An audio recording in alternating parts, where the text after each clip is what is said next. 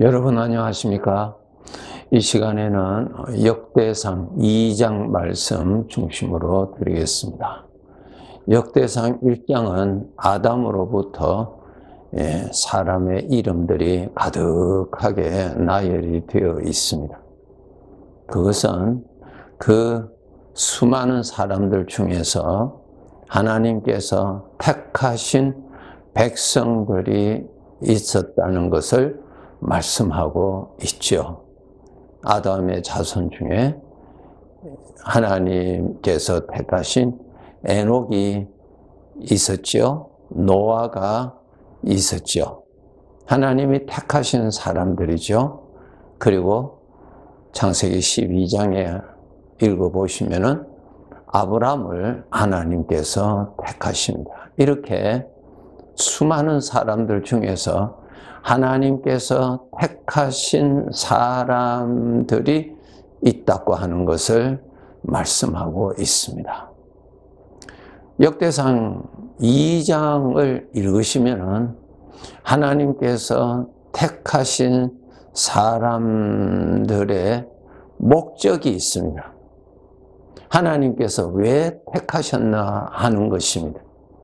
가장 그 족보 중에서 아브라함 하나님이 택하셔서 목적을 위하여서 뜻이 있어서 하나님이 택하셨죠. 그리고 계속 수많은 사람들 중에서 또 대표적인 사람이 이제 다윗이 있습니다. 하나님이 택하셨습니다. 이새의 7째 아들 다윗을 하나님께서 택하셨습니다. 왜 택하셨는가? 라는 것에 대해서 기록하고 있습니다. 그리고 이 말씀이 마태복음 1장을 읽어보시면은 아브라함과 다윗의 자손 예수 그리스도의 계보다 그렇게 기록되어 있습니다. 여기에서 하나님께서 사람들 중에서 택하신 목적이 있습니다. 그 자손에서 예수 그리스도가 나타나셨다. 그렇게 말씀하고 계십니다. 예수 그리스도는 누구세요? 하나님이시죠. 하나님이 사람이 볼 수 있도록 사람으로 나타나셨습니다. 그분이 바로 전능하신 하나님이십니다. 그러면 오늘날 우리들도 하나님이 택하신 사람들이죠. 지금 이 지구 땅에 약 67억의 인구가 살고 있는데 하나님이 택하신 백성들이 그 중에 분명히 있죠. 하나님이 택하신 백성들의 증거는 예수 그리스도를 믿어서 모시고 살게 되어 있습니다. 바로 그것이 하나님이 택하신 사람의 증거입니다. 증거예요. 그러면 이 세상 사람들 중에서 하나님께서 택하신 목적이 무엇인가? 예수 그리스도를 나타나기 위해서다. 즉 하나님을 나타내기 위해서 우리를 택하셨다라고 하는 것입니다. 하나님께서 이 뜻을 위해서 어떠한 일을 하셨냐 하면은 예수 그리스도를 이 세상에 보내주셔서 예수 그리스도를 모시고 살도록 하셨습니다. 예수 그리스도는 우리 눈으로 볼 수 있는 하나님이신데 그것이 고린도후서 4장 4절에 보시면은 그리스도는 하나님의 형상이다. 그렇게 말씀하고 있습니다. 하나님의 형상이다. 골로새서 1장 15절에도 그는 보이지 아니하는 하나님의 형상이다라고 말씀하고 있습니다. 하나님께서 우리 사람을 창조하신 목적은 하나님의 형상을 나타나기 위함에 있습니다. 이것을 아셔야 됩니다. 우리가 무엇을 만들 때는 목적이 있잖아요. 뜻이 있잖아요. 하나님께서 사람을 만드실 때는 그 사람에게서 하나님의 형상이 나타나기 위하여서 만드셨습니다. 그러니까 오늘날 이 세상에 사는 사람들 중에 두 부류가 있거든요. 그 사람에게서 죄가 나타나는 사람, 그 사람에게서 하나님이 나타나시는 사람, 이렇게 나누어집니다. 하나님으로부터 택함 받은 사람들 중에서 그 뜻에 충실하게 사는 사람이 있고, 그 뜻에 그렇게 충실하지 못하게 사는 사람으로 각계각층으로 나타납니다. 하나님의 것이 많이 나타나는 사람이 있는가 하면은 여전히 구원은 받았지만은 죄의 것이 많이 나타나고 하나님의 것은 별로 나타나지 아니하는 사람으로, 이렇게 우리 믿는 사람들 가운데서도 그렇게 나누어집니다. 그래서 이런 사람들은 우리가 천국 가면은 이 세상에서 하나님의 뜻을 따라서 하나님의 형상이 많이 나타난 사람은 그만한 영광을 하나님께서 분명히 나누어 주신다고 약속이 되어 있습니다. 그런데 하나님의 것은 별로 나타나지 아니하고 죄의 것을 누리고 산 사람은 또 그렇게 크게 영광받지 못하고 천국에서 살게 됩니다. 여러분, 우리가 구원은 받았지만은 우리가 천국에서 받을 영광은 각각 다르다는 사실을 여러분 잊지 마시고 열심히 사셔야 됩니다. 예. 그러면 우리가 어떻게 하면은 하나님의 형상이 나타나는 사람으로 우리가 더욱더욱 성장해서 그러한 삶을 더 이전보다 더 잘 살아갈 수 있는가 하는 것이 우리의 최대 관심이요, 우리 아버지께서 바로 그것을 기준으로 해서 나를 판단하시는 것입니다. 그러면 하나님의 형상이라고 하는 것은 주님의 모습이 나타나는 것을 말합니다. 우리 예수님께서 바로 하나님의 형상이시니까요, 주님의 모습, 주님의 마음, 주님의 성품, 주님의 모습이 나타나는 것이 하나님의 형상입니다. 그래서 주님의 모습을 여러분이 잘 아시려면 성경을 많이 읽으셔야 돼요. 특히 공간복음서, 마태복음, 마가복음, 누가복음, 요한복음을 많이 읽으셔서 하나님의 형상이신 우리 주님의 모습, 주님의 말씀이 어떠한 것인가를 여러분이 아주 많이 읽으셔서 그러한 형상이 나타나도록 우리가 살아가야 됩니다.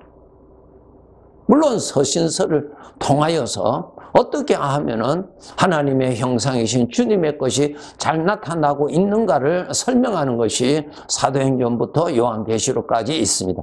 참 귀하죠. 이 서신서를 여러분 정말 가까이 하시고 읽으셔야 어떻게 하면은 하나님의 형상이 나에게서 많이 잘 나타나는가를 알 수가 있습니다. 이 성경책이 이 세상에서 우리에게 주신 최고의 하나님의 선물입니다. 이 성경책이 없으면 우리는 하나님을 잘 알 수가 없습니다. 하나님의 뜻을 위해서 어떻게 살아야 되는지, 어떻게 살면 그렇게 살아갈 수 있는지에 대해서는 성경 외에는 없습니다. 그래서 여러분, 성경을 통해서 말씀을 아주 가까이 하시도록 노력하셔야 됩니다. 그러면은 하나님의 형상은 우리 주님의 모습입니다. 주님의 모습을 잘 아시는 것은 여러분 방금 말씀드린 대로 마태복음, 마가복음, 누가복음, 요한복음을 많이 읽으셔서 주님의 모습, 주님의 모습을 우리가 더욱더욱 잘 이해가 될 수 있습니다. 그리고 이제 사도행전부터 이제 로마서, 고린도 전후서, 이렇게 갈라디아서 이렇게 계속 나오죠. 그것을 통해서 어떻게 하면은 하나님의 형상, 주님의 모습이 나타나는가에 대해서 귀한 설명인데, 그것을 아주 요약해서 말씀을 드린다면요, 하나님의 형상, 주님의 모습이 나타나려면은 주님으로부터 오는 생각을 여러분이 가슴에 품으면은 주님의 모습이 익어져 가지요. 사망의 생각을 품는데 어떻게 그 사람에서 주님의 모습이 익어가겠습니까? 나타날 수가 없죠. 술을 마셨는데 어떻게 그 사람이 바른 말을 할 수 있겠어요? 비뚤어지죠. 하나님의 형상을 나타나기 위한 것이라고 했는데, 하나님의 형상이신 주님, 주님의 말씀, 주님을 가까이 하셔야 돼요. 주님의 생각이 있죠. 생명의 생각이 있어요. 그 생각을 여러분이 분별하시고 그 생각을 나의 것으로 삼고 그 생각을 따르고 그 생각을 묵상하고 그 생각을 품을 줄 아는 것이 곧 하나님의 형상을 나타내는 길입니다. 이것이 바로 서신서에서 말씀하고 계시는 아주 중요한 요약입니다. 평생 우리는 그렇게 살아야 돼요. 그렇게 왜 살아야 되는가? 그렇게 살아야 주님의 모습이 나타나는 것입니다. 주님의 모습과 반대가 무엇입니까? 죄의 것이 나타나는 것이 정반대입니다. 무화과 나무가 잎이 무성하다고 해서 자기 일을 잘했다고 말할 수 없어요. 무화과 나무는 무화과 열매를 맺어야 자기 일을 잘한 것입니다. 오늘날 예수님을 믿는 사람들 중에서 부족하게 생각하는 사람, 내가 크게 죄를 짓지 않고 악하게 살지 아니하면 된다라고 하는데 아니에요. 그것은 열매를 보고 하나님이 심판하신다고 말씀하셨죠. 얼마나 그에게 죄가 없느냐, 죄를 덜 지었느냐가 아니고 열매를 얼마나 많이 맺었는가, 열매를 보고 판단하신다고 하신 것을 여러분 꼭 기억하셔야 돼요. 열매가 무엇입니까? 하나님의 형상이에요. 하나님의 형상이 무엇입니까? 예수님의 모습이에요. 예수님의 모습, 주님의 모습이에요. 창세기 39장에 보면은 요셉이 애굽의 노예가 되어서 보디발의 집에, 신분이 아주 높은 그 집에 노예가 되었어요. 노예가 되어서 그가 그곳에서 살아갈 때 주인 되는 보디발이 그 요셉의 그 사는 것을 보고 요셉의 모습을 보고 하나님이 같이 계시다는 것을 그가 알았다고 기록되어 있잖아요. 바로 그것이에요. 그 사람에게서 주님의 모습, 주님의 풍기는 모습이 나와야 돼요. 그 말에서. 그러면 그 말에서, 그의 행동에서 주님의 닮은 모습이 나타나기 위해서는 어떻게 되냐? 마음에 주님의 것을 담아야 나타나는 것입니다. 행동과 말은 마음에 있는 내용이 나타나는 법입니다. 그거 아세요? 네.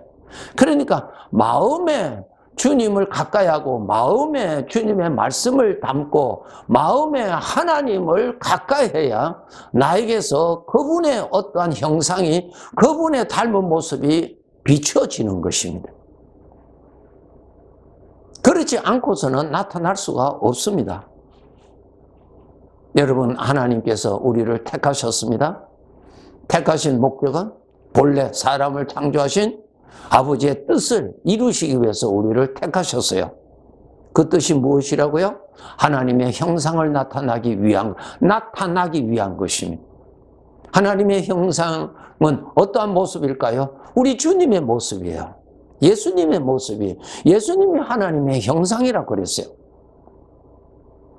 그렇기 때문에 여러분, 내 마음에 하나님의 입에서 나온 말씀, 우리 주님의 말씀, 주님의 행하심, 그러한 것을 여러분 가까이 가서 자꾸 가까이 갈수록 우리 사람 마음에 담아지게 되어 있습니다. 우리 사람은 하나님께서 아주 신비롭게 지었어요. 무엇을 가까이 하느냐에 따라서 마음에 영향을 받게 되어 있습니다. 그렇게 되어 있어요. 가까이 하는 것에 영향을 받습니다. 그러니까 하나님을 가까이 하면 내 마음이 하나님의 영향을 받고 하나님이 채워진다고요. 여러분, 악한 말을 계속 들어보세요. 내 마음에 악이 채워지잖아요.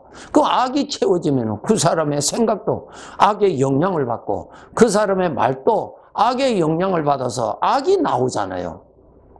사람은 그렇게 지어져 있기 때문에 하나님의 형상이 나에게서 나타나기 위한 유일한 길은 내가 하나님을 가까이 해야 되는 것입니다.